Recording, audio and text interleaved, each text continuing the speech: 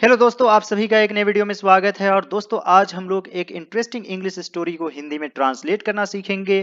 कुछ नए English words भी सीखेंगे। साथ ही साथ एक एक चीज मैं आप लोग को एक्सप्लेन करूंगा। आज मैं पूरी तैयारी के साथ बैठा हुआ हूँ, एकदम बिल्कुल डिटेल में। तो आप लोग सभी इस वीडियो को पूरा जरूर देखिएगा। आज के स्टोरी का शीर्षक है द बम्बू प्रिंसेस। दोस्तों, बम्बू मीन्स क्या होता है? बांस होता है। यानी कि एक बांस की राजकुमारी या बांस वाली जगह में मिली होगी। यह काफी इंटरेस्टिंग स्टोरी है। प्रिंसेस का मतलब होता है राजकुमारी, और प्रिंस का मतलब होता है राजकुमार। जैसे दोस्तों, एक्टर, एक्टर से क्या बनता है? एक्ट्रेस। उसी तरह प्रिंस से princess. What type of story do you like? आप किस तरह की कहानी पसंद करते हैं? What are folk tales? Folk tales क्या होते हैं? दोस्तों, इसे फॉक पढ़ते हैं। इसमें एल साइलेंट है। फॉक का मतलब होता है लोक, या जो गांव समाज में जो कहानी कहा जाता है उसे फॉक कहते हैं। फॉक म्यूजिक भी होता है, लोक संगीत। Now read the folk tale of Japan and enjoy the story. दोस्तों, टेल मीन्स भी कहानी होता है, और स्टोरी मीन्स भी कहानी होता है। ये सिनोनिम्स है। और दोस्तों, हिंदी में इसे जापान पढ़ते हैं। क्या पढ़ते हैं? जापान। और इंग्लिश में क्या पढ़ते हैं? Japan. Japan. An old bamboo cutter was going home in the evening. तो यहां पर है an old bamboo cutter. Cutter यानी कि काटने वाला, बम्बू यानी कि बांस। तो एक बांस काटने वाला बूढ़ा आदमी वॉज गोइंग होम, घर जा रहा था, इन द इवनिंग, शाम में। तो यहां पर है वॉज गोइंग, यह किस टेंस में है? तो पास्ट कंटिन्यूअस टेंस में है। Past continuous tense. Far away among the stalks of the feathery bamboo he saw a soft light. तो दोस्तों, फार अवे यानी कि बहुत दूर। अमंग द स्टॉक्स, अमंग मतलब होता है के बीच। और स्टॉक का क्या मतलब होता है? यानी छोटे छोटे जो शाखा होते हैं, डाली होती है, उसे स्टॉक कहा जाता है। और फेदरी का मतलब होता है पंख जैसा। जैसे यहाँ पर आप पिक्चर में देख सकते हैं, है ना, पंख जैसा फैला हुआ है। तो फेदर मीन्स क्या होता है? पंख होता है। और फेदर से फेदरी बना, यानी पंख जैसा। और यहाँ पर है सो यानी कि देखा। सॉफ्ट लाइट, हल्की हल्की रोशनी। यानी कि बांस के पत्तियों के बीच उन्होंने एक सॉफ्ट लाइट देखा, हल्की हल्की रोशनी देखी। He went nearer to see what it was and found it came from within one of the stalks.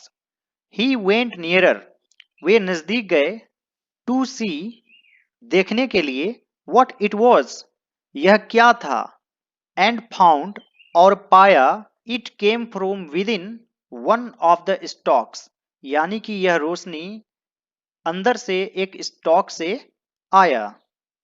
He opened the bamboo stalk carefully and found a tiny baby girl.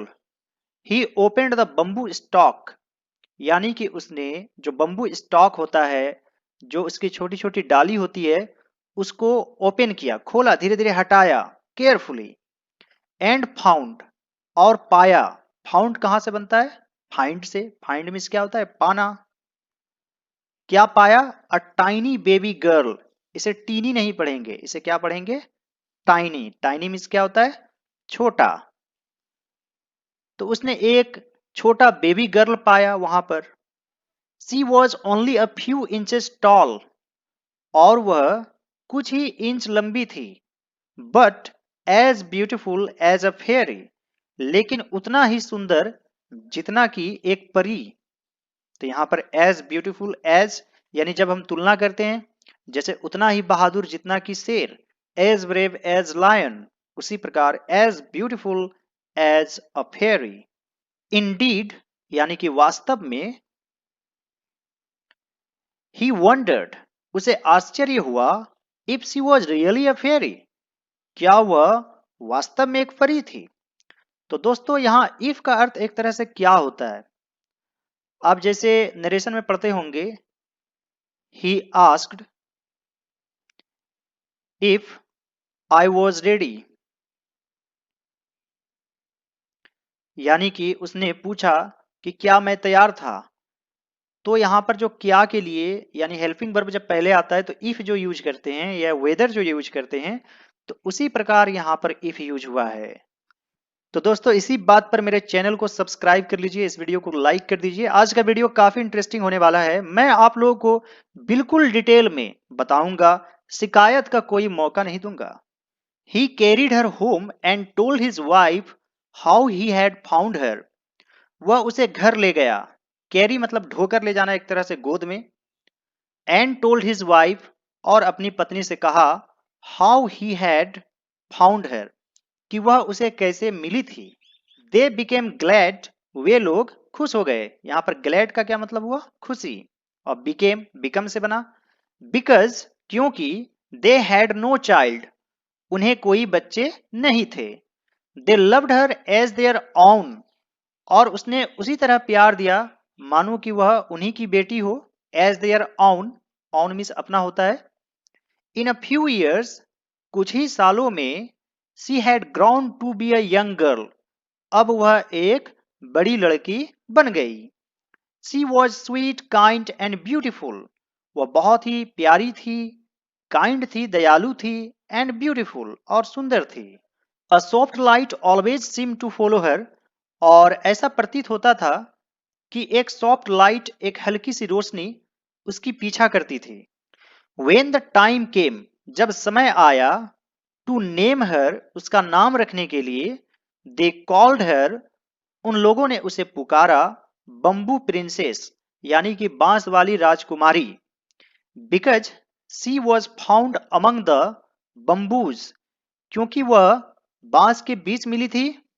She was pretty and different from others, और वह दूसरे से बिल्कुल अलग थी और बहुत ही pretty थी, सुंदर थी। इसे प्रीटी पढ़ेंगे, प्रेटी नहीं।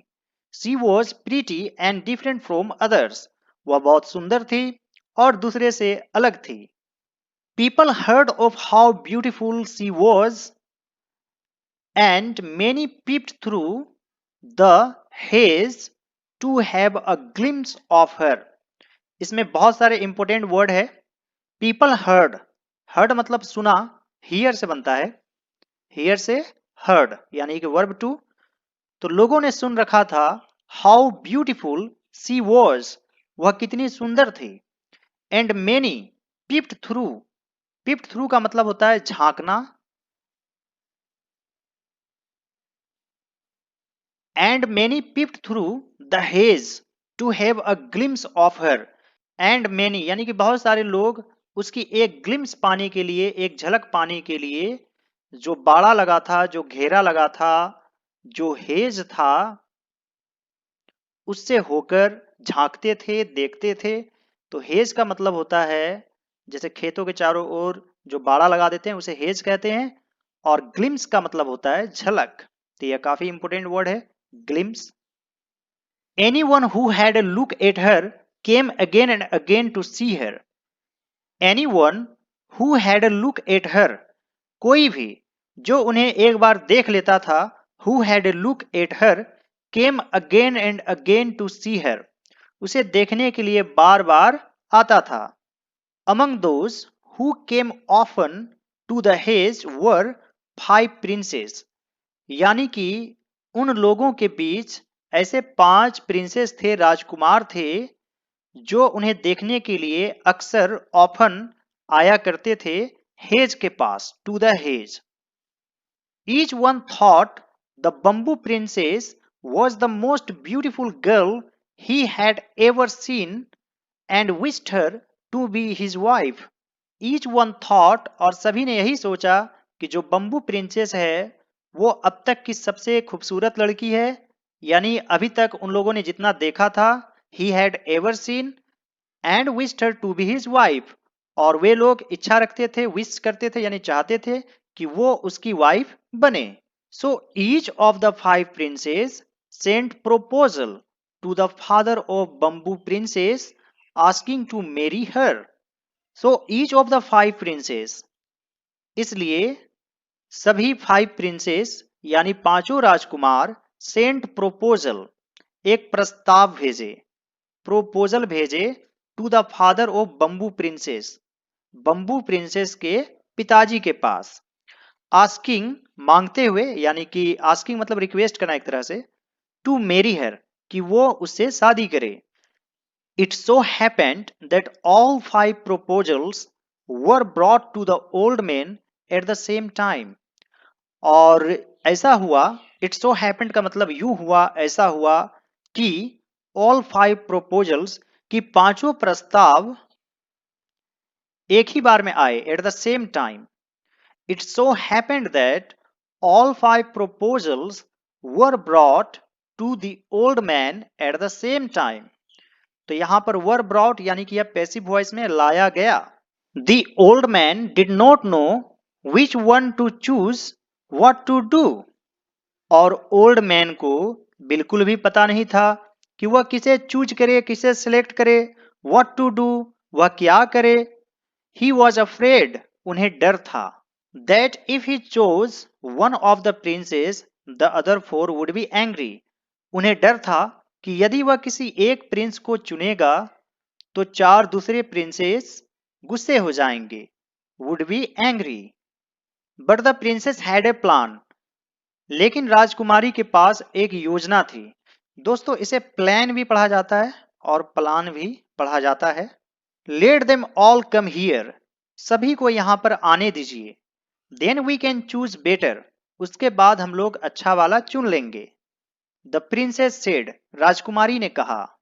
On a certain day the 5 princes came to the house of the bamboo cutter.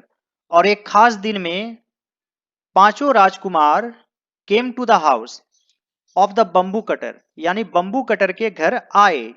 They were glad to have another chance to see her. और वे लोग खुश थे कि उन्हें फिर एक बार देखने का मौका मिला, यानी कि राजकुमारी को। Each one thought he would be the one whom she would marry. Each one यानी कि उनमें से प्रत्येक ने सोचा कि he would be the one, वो एक होंगे, whom she would marry, जिन्हें वो शादी करेगी। दोस्तों ये पास्ट में है इसलिए would यूज होगा और will यूज नहीं होगा। The princess did not wish to marry any of them. लेकिन राजकुमारी उनमें से किसी से भी शादी नहीं करना चाहती थी। Any of them. She wanted to stay with her dear father and mother. वह अपनी माता पिता के साथ रहना चाहती थी। She wished to take care of them as long as they lived. और वह चाहती थी कि जब तक as long as वे जिंदा हैं वे उनका देखभाल करेगी। So she gave each princess a challenge which was impossible to do. इसलिए उसने each prince यानी कि प्रत्येक राजकुमार को एक चुनौती दिया, एक चैलेंज दिया, which was impossible to do, जिसे पूरा करना impossible था। To the first, पहले राजकुमार को she asked to go to India, उसे भारत जाने को कहा, यानी कि India. And find her great stone bowl of Buddha, और महात्मा बुद्ध के जो ग्रेट स्टोन बाउल है यानी पत्थर का कटोरा, वो लाने के लिए कहा। दोस्तों यह एक जैपनीज स्टोरी है। The second Prince was asked, दूसरे राजकुमार को कहा गया, वॉज आस्क्ड यानी कि पैसिव वॉइस में, टू ब्रिंग हर कि उसके लिए लाए, अ ब्रांच एक शाखा, एक डाली, फ्रॉम द ज्वेल ट्रीज यानी ऐसा पेड़ जो बिल्कुल हीरे जवाहरात से सजे हुए हों, ज्वेल से ज्वेलरी बनता है, jewel trees that grew on the floating mountain of Horai, यानी कि जो फ्लोटिंग माउंटेन ऑफ होरे में ग्रू हुआ यानी वहां उगा। तो दोस्तों फ्लोट का मतलब होता है तैरना, यानी तैरने वाला माउंटेन, यह बिल्कुल स्वर्ग में होता है, यानी कहानी में ऐसा ही है जो जापान में स्टोरी है। The third Prince was asked what he might to do so his love, और तीसरे प्रिंस से कहा गया, पूछा गया, what he might to do to show his love, अपना प्यार दिखाने के लिए वह क्या कर सकता था।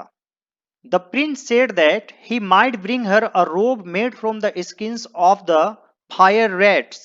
तो उसने कहा कि वह उसके लिए एक रोब ला कर देगा। रोब एक तरह का ड्रेस होता है।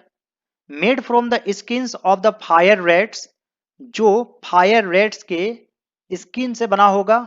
दोस्तों यहाँ पर मे यूज नहीं होगा क्योंकि यह स्टोरी पास्ट टेंस में है, तो मे का पास्ट माइट होता है। और दोस्तों फायर रेट्स का मतलब बहादुर व्यक्ति भी होता है। She asked the fourth to bring a jewel from the neck of the sea dragon. और उसने चौथे से कहा कि वह ज्वेल लाएगा, यानी कि गहने लाएगा, from the neck of the sea dragon, जो सी ड्रैगन है उसके गर्दन से। तो यह बहुत ही मुश्किल काम था। सी ड्रैगन यानी बहुत बड़ा कोई सांप होगा, ड्रैगन होगा। The fifth prince was asked to bring her the shell which the swallows keep hidden in their nests.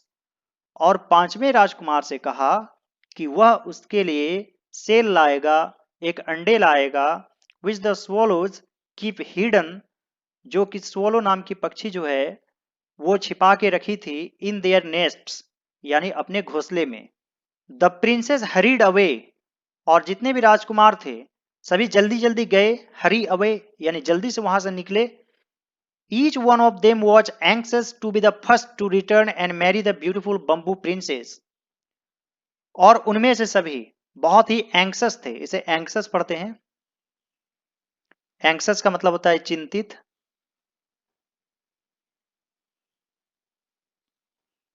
Each one of them was anxious to be the first, और उनमें से प्रत्येक बहुत चिंतित थे कि वो फर्स्ट होंगे, टू रिटर्न यानी लौटने में, and marry the beautiful bamboo princess, और ब्यूटीफुल बम्बू प्रिंसेस से वो शादी करेंगे।